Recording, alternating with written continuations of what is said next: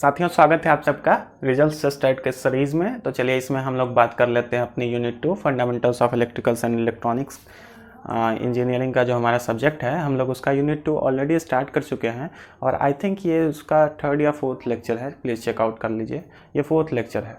तो इसमें हम लोग जनरली बात करेंगे कि पिछले लेक्चर में हमने जो भी बात किया था ओपन लूप और क्लोज लूप कॉन्फ़िगरेशन पे, तो हम इसको as a advance lecture consider कर रहे हैं। उसी का एक एडवांस वर्जन है, हम उसी को आगे बढ़ाएंगे और इसमें हम आपको एक्सप्लेन करेंगे कि कैसे हम अपने गेन को कंट्रोल कर सकते हैं। बेसिकली हमारे ओपैम्प्स का जो गेन था उसको हम मैनुअली कैसे कंट्रोल कर सकते हैं। आपका एक अहम सवाल होगा, क्या हम इस गेन को बढ़ा या घटा नहीं सकते हैं क्या? तो बिल्कुल बढ़ा या घटा सकते हैं, हम उसी का प्रोसेस आपको एक्सप्लेन करेंगे। तो उम्मीद करते हैं ये वीडियो आपके लिए इन्फॉर्मेटिव रहेगा। इसमें कल जो हमारा पिछला वीडियो है उससे सारी चीज़ें लिंक्ड रहेगी, तो यदि आपने नहीं देखा हो प्लीज़ जाके देखिए। आपको डिस्क्रिप्शन में हमसे रिलेटेड सारे क्वेश्चंस का आंसर मिल जाएगा, प्लीज़ चेकआउट कर लें। ठीक है, चलिए स्टार्ट करते हैं। तो हम आपको बता देना चाहेंगे कि आप सब जैसा कि जानते हैं कि बिहार पॉलिटेक्निक के फर्स्ट ईयर स्टूडेंट्स के लिए हमने ये मुहिम शुरू की है, क्योंकि भाई quality content free of cost available करवा पाना एक बड़ी चुनौती होती है, जो कि मिलता नहीं है स्टूडेंट्स को, जिसमें गरीब बच्चे पीछे छूट जाते हैं कॉम्पिटिशन्स में। तो चलिए हम ऐसा होने नहीं देंगे, फिलहाल सबको मिलता रहे एजुकेशन, और वो भी क्वालिटी एजुकेशन मिले, फ्री ऑफ कॉस्ट मिले। ठीक है, चलिए ये आप समझते हैं कि ये क्या है। हमने कोई ऐसी अननोन सी फिगर तो बनाई नहीं है। आप सबको पता है कि ये ओपैम्प्स है, ये इसका तीनों टर्मिनल है और इन सारे के नाम बखूबी आपको पता है, क्योंकि आप हमारे क्लास को रेगुलर ज्वाइन करते हैं, ऐसा मेरा मानना है। ठीक है, तो हम लोग आगे बढ़ते हैं। देखिए हमने पिछले क्लास में आपको क्या बताया था, एक शॉर्ट रिवीजन हो जाएगा आपका इसके साथ साथ। हमने पिछले क्लास में आपको बताया था कि देखिए हम यहाँ से देते हैं इसको फीडबैक। बेसिकली ये हमारा जो है, ये मान के चलते हैं कि ये हमारा इन्वर्टिंग कॉन्फ़िगरेशन है, क्लोज लूप इन्वर्टिंग कॉन्फ़िगरेशन, और इसको हम लोग कर देते हैं ग्राउंड। ठीक है, ये सब बातें पिछले लेक्चर की थी। पिछले लेक्चर में हमने आपको बहुत अच्छे से एक्सप्लेन कर दिया था कि यहाँ पे हम लगाते हैं फीडबैक रेसिस्टर। बेसिकली ये रेसिस्टर नहीं होता है, रेसिस्टर कैपेसिटर सबका क्या कर सकते हैं, मिक्स प्रॉपर्टी होता है, क्योंकि फीडबैक एलिमेंट रेसिस्टर और कैपेसिटर दोनों होते हैं। और अंदर से हमने आपको ये भी बताया था कि ये दोनों शॉर्ट सर्किट होते हैं, जिसके कारण यहाँ पे एक वर्चुअल ग्राउंड क्रिएट होता है और यहाँ का पोटेंशियल डिफरेंस हमारा 0 आ जाता है। ये चीज़ पिछले लेक्चर में हम लोग आपको बता चुके थे। अब आगे बढ़ते हैं। यहाँ पे हमने बताया था कि यहाँ पे हम देते हैं वी इन, यानी कि इनपुट वोल्टेज। ठीक है, और यहाँ पे हमारा होता है, चलिए इस रेसिस्टेंट का नाम लिख लेते हैं आर इन, आर एफ, और यहाँ से हमारा निकलता है आउटपुट, तो इसको हम लोग वी आउट लिख लेते हैं। यहाँ V0 है, ये चीज़ क्लियर है। देखिए आज हम क्या पढ़ेंगे ना, आज हम पढ़ेंगे कि हमारा जो गेन होता है ना, वो इससे कंट्रोल किया जा सकता है। इस दोनों रेसिस्टर की वैल्यू को बढ़ा या घटा के हम अपने गेन को कंट्रोल कर सकते हैं। ठीक है, तो बहुत इंटरेस्टिंग होने वाला है ये सेशन आपके लिए। फिलहाल हम इसका एक इजी फिगर बना लेते हैं। ये थोड़ा समझने में कॉम्प्लेक्स हो सकता है आपके लिए, इसीलिए थोड़ा सा इजी फिगर बना लेते हैं। भाई आपके लिए तो हम बहुत कुछ कर सकते हैं, ये तो सिर्फ फिगर है। आगे बढ़ते हैं। देखिए आप कहेंगे कि क्या कर दिया, कुछ नहीं किया जी, अभी करेंगे। देखिए ना, देखिए यहाँ पे हम लोग का आर इन है। अभी हम आपको एक्सप्लेन करते हैं हम कर क्या रहे हैं। बहुत से लड़कों को तो समझ में भी आ गया होगा आर एफ। ठीक, और यहाँ पे हम लोग देखते हैं इनपुट वोल्टेज, यहाँ मिल रहा है आउटपुट। बेसिकली ये हमारा ग्राउंड है। ठीक है, बहुत लोग समझ भी गए होंगे हम करना क्या चाहते हैं। यहाँ पे पोटेंशियल हमारा 0 है। देखिए हमने कुछ नहीं किया, हमने क्या किया, बस इसको उठा के यहाँ रख दिया। कर सकते हैं ना ऐसा, इसको उठा के हमने यहाँ रख दिया। एक मिनट, हाँ जी, तो हमने इसको उठा के यहाँ रख दिया, बस यही किया है, और कोई चीज़ किया ही नहीं। तो यहाँ पे हम क्यों कर रहे हैं, ताकि हम आपको एक्सप्लेन कर पाएँ कि चीज़ें कैसे हो रही हैं। आपको पता है कि यहाँ का पोटेंशियल डिफरेंस 0 है। आपको ये भी पता है कि हम इनपुट करंट इस डायरेक्शन में दे रहे हैं। अब आप यहाँ से समझिए, इनपुट करंट हम दे रहे हैं आई इन, सपोज हमने आई इन इसमें दे दिया, ठीक है, हमने आई इन इसमें दिया। अब आप हमें बताइए, क्या ये करंट इस वायर में जाएगा? बिल्कुल जाएगा जी। क्या ये करंट इस वायर में जाएगा? नहीं जाएगा। अब क्यों नहीं जाएगा? इसका भी कारण है। देखिए, हम आपको बता चुके थे, थोड़ी देर के लिए हम इसको इरेज कर लेते हैं और ऊपर में बना लेते हैं। हम आपको बता चुके थे कि देखिए यहाँ पे हमारा होता है इनपुट इन्फिडेंस, जो कि इन्फिनिटी होता है, इसका वैल्यू इन्फिनिटी। तो भाई जिसमें इतना वैल्यू का आप रेसिस्टेंट लगा दोगे, इतना ज़्यादा प्रतिरोध पैदा कर रहा है, तो इस करंट को कहाँ से अंदर जाने देगा यार? कॉमन सेंस वाली बातें हैं, समझ रहे हो? तो सारा का सारा करंट इस वायर में जाएगा। हम यही कहना चाहते हैं कि जो हमारा आई इन होगा, जो यहाँ पे हमारा करंट होगा, वही करंट हमारा यहाँ पे होगा, आई एफ होगा। बेसिकली कह लें तो हमारा I in is equals to I F. ये कोई बड़ी चीज़ें तो है नहीं, कोई रॉकेट साइंस तो है नहीं, बहुत कॉमन सी चीज़ें हैं, आपको भी समझ में आ रहा है। आई इन आई एफ के इक्वल होगा। चलिए, खैर अच्छी बातें हैं। अब बताइए, इसमें करंट कितना है? बेसिकली आई इन कितना है, कैसे मेजर करेंगे? अब करंट का डायरेक्शन पहले देख लीजिए, करंट का डायरेक्शन देख लीजिए। दोनों एंड के पोटेंशियल डिफरेंस को देखिए, दोनों एंड के पोटेंशियल डिफरेंस को टोटल रेसिस्टेंस से डिवाइड कर देंगे तो वो होता है करंट की वैल्यू। नहीं समझे होंगे, अभी समझ जाएंगे। देखिए, अगर हम इसको V2 कंसिडर करके चलते हैं, डेट इज 0, इसको हमने V1 कंसिडर कर लिया, ठीक है। इनपुट करंट को हमने, इनपुट वोल्टेज को हमने, इस एंड पे जो हमारा पोटेंशियल डिफरेंस लग रहा है, इसको हमने V in कंसिडर कर लिया, इसको V2 कंसिडर कर लिया, तो डिफरेंस क्या हो जाएगा? V2 minus V1। और V2 क्या है? सीधे सीधे लिख लेते हैं ना भाई, 0 है ना, माइनस V1। V1 तो नहीं लिखेंगे, V इनपुट लिखेंगे, ठीक है। जो है वही लिखना चाहिए भाई, गलत क्यों लिखें? हाँ चलिए, अब हटा देते हैं, आपको समझाना नहीं था।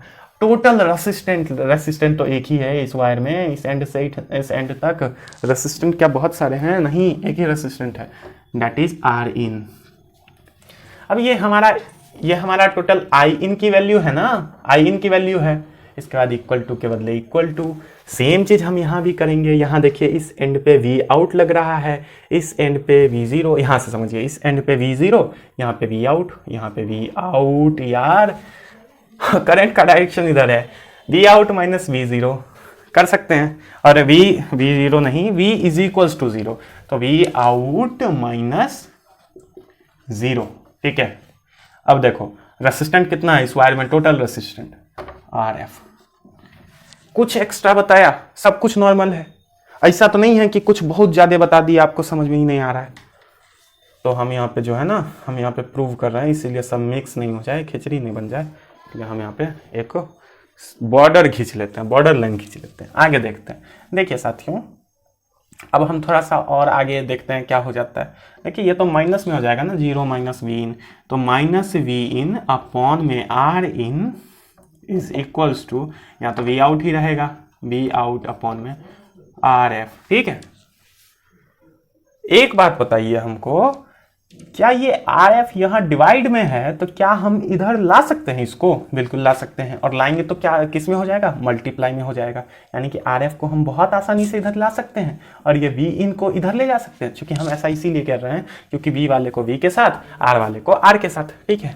तो आर एफ को ले आइए इधर, ठीक है, तो ले आते हैं जी, तो हमारा हो जाएगा आर एफ अपॉन में, अब माइनस का तो माइनस रहेगा ही, इसमें कोई दोहरा ही नहीं है। अब देखिए, अब यहाँ पे आर इन, ठीक है। अब देखिए, यहाँ पे V out as it is, और ये वी इन आ गया ना नीचे डिवाइड में, क्योंकि वहाँ मल्टीप्लाई में था।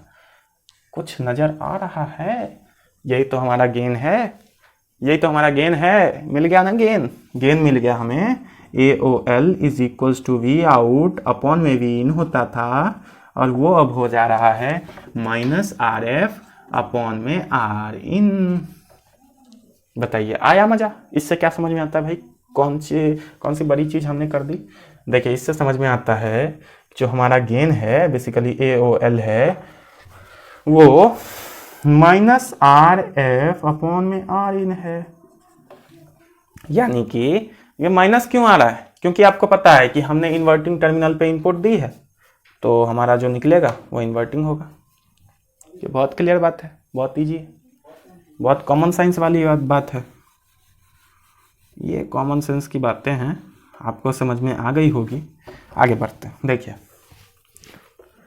यहाँ पे देखिए, जरा फोकस कीजिए कि ये RF जो है ये हमारा फीडबैक रेजिस्टर है, बेसिकली ये वाला है। इसकी वैल्यू को हम इंक्रीज करेंगे तो इसका वैल्यू बढ़ जाएगा, यानी कि हमें गेन बढ़ाना हो तो हम क्या करेंगे, सीधे इसकी वैल्यू को इंक्रीज कर देंगे। उल्टा भी कर सकते हैं, इसके वैल्यू को अगर डिक्रीज करेंगे तो गेन हमारा डिक्रीज हो जाएगा। तो RF से तो समझ में आ रहा है, ये ऑब्जेक्टिव में एज इट इज आ सकता है।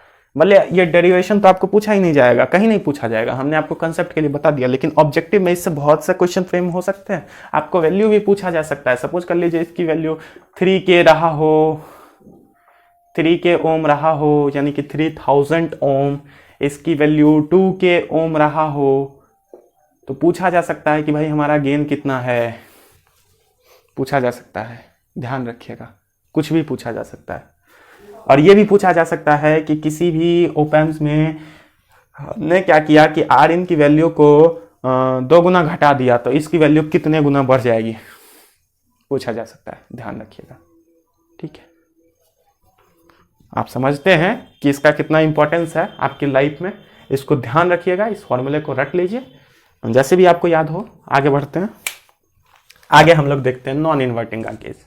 ये तो हमारा इन्वर्टिंग का केस था, अब हम देख लेते हैं नॉन इन्वर्टिंग का केस क्या होता है। चलिए फटाफट से देख लेते हैं। देखिए नॉन इन्वर्टिंग का जो केस है ना, उसमें एक बहुत इंपॉर्टेंट कंसेप्ट आके काम करता है। उस कंसेप्ट को कहते हैं कंसेप्ट ऑफ वोल्टेज डिवाइडर।